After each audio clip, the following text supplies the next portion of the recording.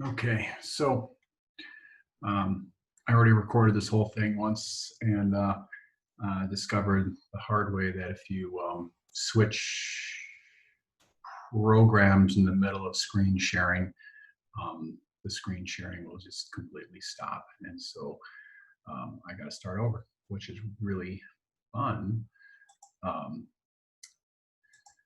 but that's okay. But so I'll only do half of what I was going to talk about, and that is the AAA, the abdominal aortic aneurysm study, or any specific aorta study, although 99% of the time it's going to be evaluating either suspected or known aneurysms. All right, now let's just get right into it, since that is that. I'm all dressed up, ready to get out of here. I thought I was going to get out of here early today. Let's see, screen one, I think, is what I want. Okay, so I am screen sharing, I am recording, so let's just stick with this.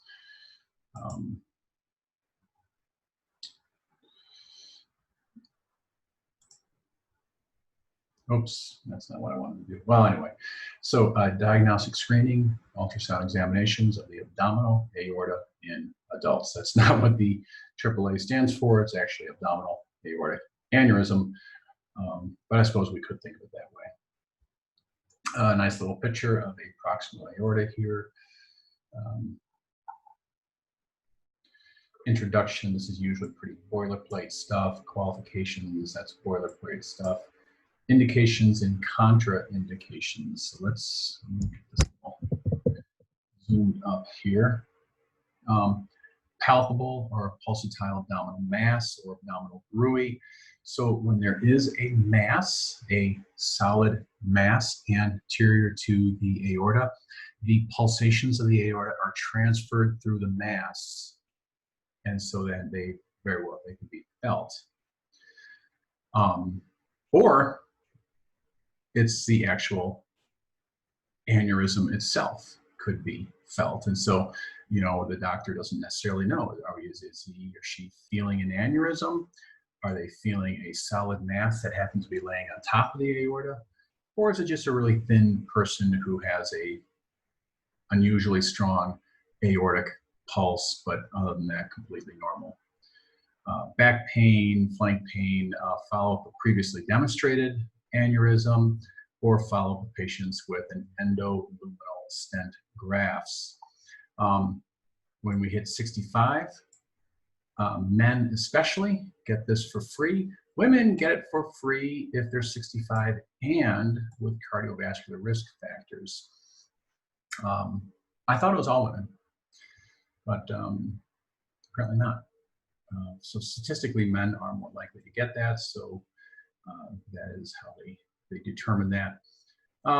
50 years or older with family history of aneurysm, or a patient with a personal history of peripheral vascular aneurysm. So that might be like an aneurysm behind the knee, in the popliteal area. Boilerplate, written request, the actual exam. Proximal, which is below the diaphragm, near the celiac, mid, near the level of the renal arteries, and distal is above the bifurcation. The aorta should be imaged in the plane that is parallel to the long axis, in other words, sagittal image, for measurement of the anterior AP dimension. So a lot of people measure the AP and the width in transverse. Technically speaking, it's supposed to be in sagittal. And perpendicular to the long axis, the limit for measurement of the transverse dimension. So perpendicular to the long axis, the limit for the measurement of the transverse. In other words, transverse image for a transverse dimension measurement. Now that is obvious, you have to do that. Transverse images, again, proximal and distal, and this measurement is repeated here. Common iliac arteries, longitudinal image of the proximal right and left common iliac artery. I'll talk about this too in a second. Left common iliac arteries along the long axis of the vessel. Notice they didn't say measurement. Transverse images just below the bifurcation. Measurement of the widest visualized portion of each common iliac artery from outer edge to outer edge. The widest visualized portion. So what they're really saying is they would prefer to see a transverse image of both iliac arteries and measured in transverse. Screening for abdominal and aortic aneurysms, this is the same exact verbiage as above, so we don't need to repeat that. If an aneurysm, let's go back to here, if an aneurysm is present, the maximum size and location of an aneurysm should be documented and recorded. The relationship of the dilated segment to the renal arteries and to the aortic bifurcation should be determined if possible. In other words, a measurement from the renal artery down to the beginning of the aneurysm. At a minimum, the largest measurement should be recorded and reported, and a measurement of length is not necessary. Okay, so now I figured out that I have to change my share and not just simply, so supposedly, hopefully, I wish I could see what I was sharing, like in real time. I suppose I could. Let me go back to here, hit new share. No, I should be sharing. I should be sharing the screen. Okay, so let's do just a quick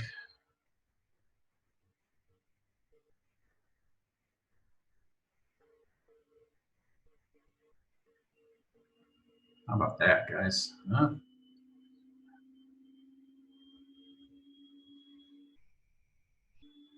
Whoops.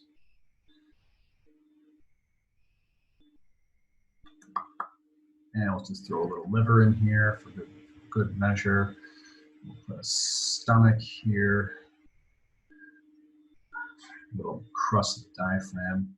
Okay. So we all know what this is. This is a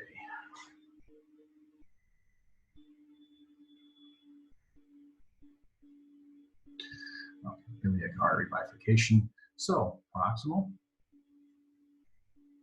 about up to, anywhere from here to here. Mid, well, you know what? Let's move proximal down to this star, because mid is right here.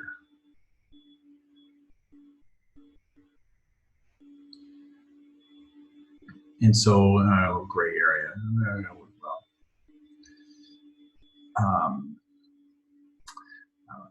We're going to make this a big line. Forget these smaller lines. Proximal, mid, and distal. Now for distal, just take your measurement.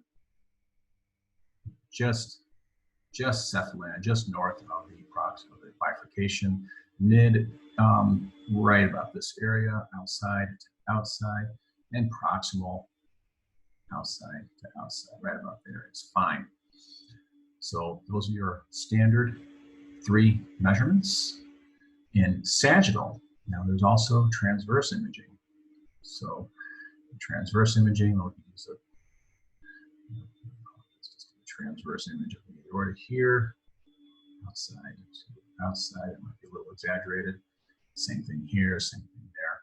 Oh, and let's just do a transverse image. That's our plane of existence there, our plane. Having my little fixers here.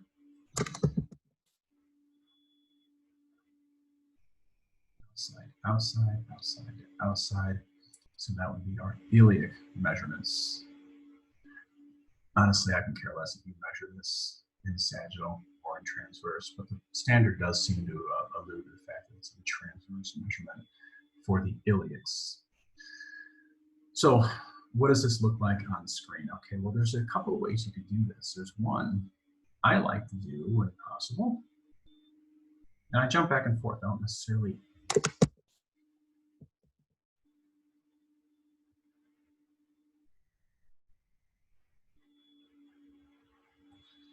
like to do it on split screen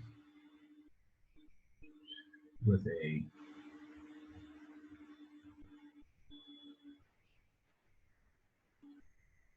image here. That maybe I got a little bit too much there, but I'll go ahead and measure from here to here.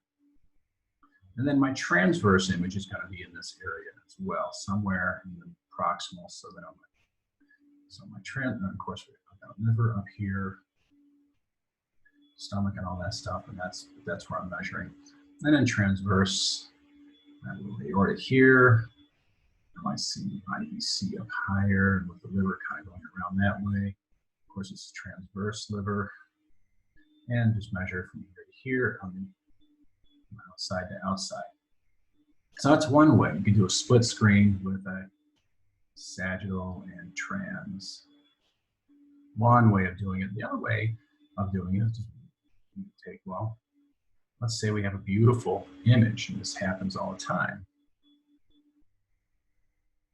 Beautiful image of the, well, happens all the time except for this group of students. No, I'm just kidding. Let's say you get that image. We'll go ahead and take your proximal and mid, or take your mid and distal in one picture. This is especially good when these numbers are going into a package, because then your report at the end will organize all the numbers for you. I prefer this method when I'm not using a package, and therefore I just want my numbers closer together, you know. So I'll say prox was 2.2 by 2.5 centimeters, you know, so that I could write that down in my personal notes. But in this one, the notes are going to be written for you. At least the numbers are going to be written for you. So it's kind of nice. And then you would follow this one up with two more images. Wow. I'm sorry. I know I'm going really fast here. Let's do two more images. This is not a split screen. This is just two more images. One proximal. Measure. Here's my liver. And one mid. And of course, that's my SMA anterior to the aorta there as a measure. So that's a possibility for. So one possibility is to take multiple measurements in sagittal, because you just have a beautiful long picture here, and then you have to go back and take multiple pictures for your proximal, mid, and distal, or you split screen it and just do proximal, sagittal, trans, mid, sagittal, trans, distal, sagittal, trans. And then when we get to the bifurcation just can just be one image.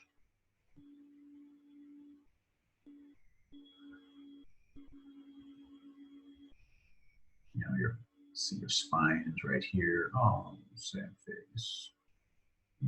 But anyway, that's more of a distal, I'm sorry, a bifurcation image, and of course we measure outside to outside. Now, having said all that, let me come in here and get rid of some stuff. I hope I am sharing the screen correctly this time. Let's just be aggressive here, Kurt. Okay, now let's see. Now I have an aneurysm. Dun, dun, dun. This is a fusiform aneurysm, meaning it's, think of it as diffuse. So let's see, my SMA is going to be lifted over that aneurysm.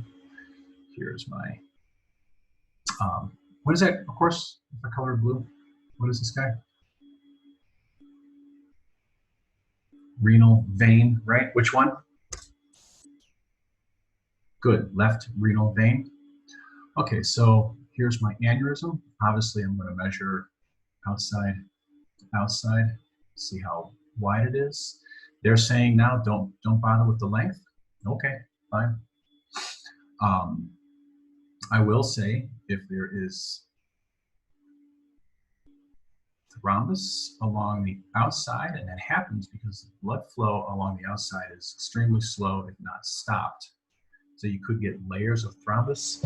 Then we measure lumen diameter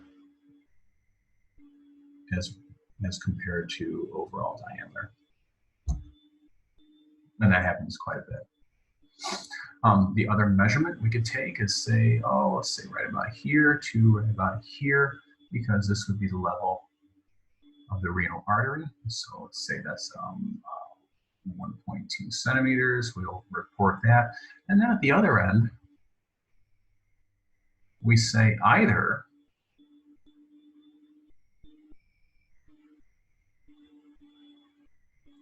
we could either measure from here to here and say 2 centimeters, the distal end of or the caudal end of the aneurysm is within 2 centimeters of the bifurcation, or what oftentimes happens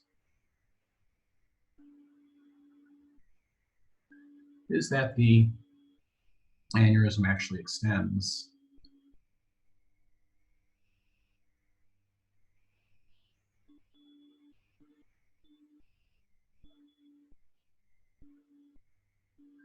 I'm a little cheater here.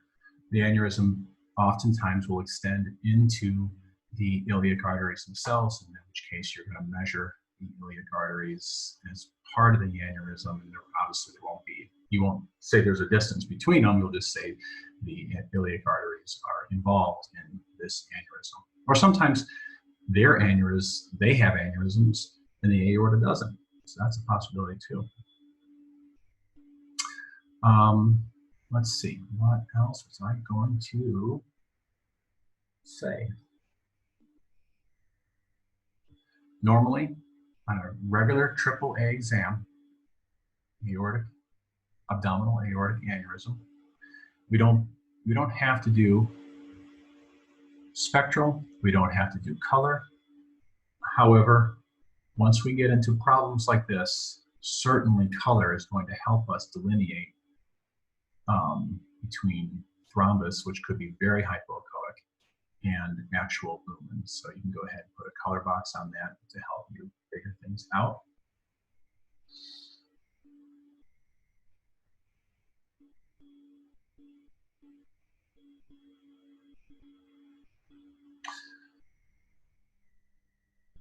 Let me pause here. Okay, so I just wanted to stop and think, was there anything I really need to tell you about? Anything else? No. I mean, there's some numerical values that honestly I can't think of the top of my head. I'm not going to talk about them right now. Like there are certain, a 5 centimeter aortic aneurysm is an emergency, that type of stuff. But there's a couple of things to think about. I've mentioned this before, but it's worth mentioning again. Let's just draw an aorta in kind of anatomical. So the aorta is coming down, starts to become aneurysm, and then it could do this.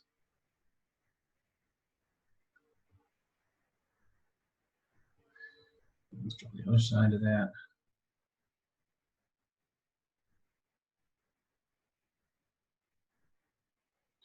So they become tortuous. It kind of looks like a stomach, but that's supposed to be, here my little renal arteries coming out here. And now we have this bulbous, tortuous aorta. This certainly does happen. And one thing I did when I was still kind of new is I measured across the aorta like so. Let's make a pretty color here. I measured like that. And what I gave the doctor was an impossible number, something like a 12 centimeter aneurysm. There are no such thing as 12 centimeter wide aneurysms, not in humans anyway. That would certainly rupture before at that point. So that is an incorrect measurement. If I had been a little more understanding of what I was looking at, I could have measured across that way. I could have measured maybe here, here. No. Yeah, no. Even here to here would be incorrect. Maybe from here to here I could measure, but not this particularly long one, because that is measuring really not only some width, but also much of the length of the aneurysm. So that turned out to be a number that was impossible. So when you do these measure the width, not width and length at the same time. So I guess what I'm trying to say. What was the other thing I wanted to talk about? Dang it, let me pause it again because I can't think. Okay, so there's not much else to say. So standard exam, your sagittal images, and that's prox, mid, distal, and iliac arteries, or it certainly proximate distal aorta, sagittal aorta. And so this is more or less at the, there we go.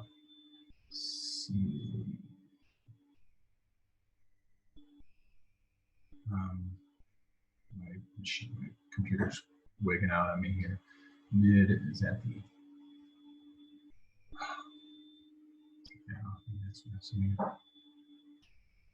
the renal arteries. I'm sorry. No, that's not. Okay. Apparently I can't draw right now because the computer is getting slow. So proximal around the level of the celiac arteries. And it doesn't have to be exactly there, anywhere in that area. Mid, around the level of the renal arteries, that area. And of course, we oftentimes have a hard time finding those arteries, so it's just the area. And distal is, just north of the bifurcation. And then iliacs, I think you should see them in sagittal. And then, let's see if I don't want to. Can't write too fast. Transverse images, once again, prox, mid, distal, and iliac, right and left together. These are transverse measurements. So we have a aorta. We're going to measure the width of the aorta. Over here, these are sagittal images. We're going to measure outside to outside in sagittal. That's pretty much it, guys. Oh, that was the last thing I wanted to say. So I've mentioned before that if you're going to do a Doppler study, you always have to include artery and vein, at least one image of the vein. So that I should be a little more descriptive on that, or a little more specific. That is referring to organs. So a Doppler of a testicle, a Doppler of a kidney or a liver, and anything that you were Dopplering, any organ that you are Dopplering, you have to have arteries and veins. That doesn't include specific arterial or venous studies. So if we're doing specifically a aortic ultrasound, then you only have to image the aorta and, well, the iliacs too, but you don't have to image the IVC in this exam. When we get to next semester is peripheral vessels. If they order a venous study, you're looking at the veins. You don't have to look at the arteries at the same time. Same thing with the arteries. If you do an artery, you don't have to look at the vein. So that's how.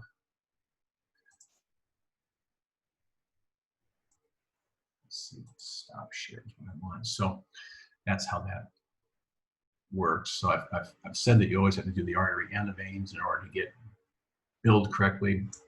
That's for specific organs. But if the exam is for a specific vessel, then you only have to look at that vessel or that group of vessels. And that's pretty much it. Sorry, it's a little shorter, guys. My first recording is completely a waste, so I erased it. But all right, stop sharing. Yeah. All right, end. Okay, guys, and I'll see half of you in a couple hours or less.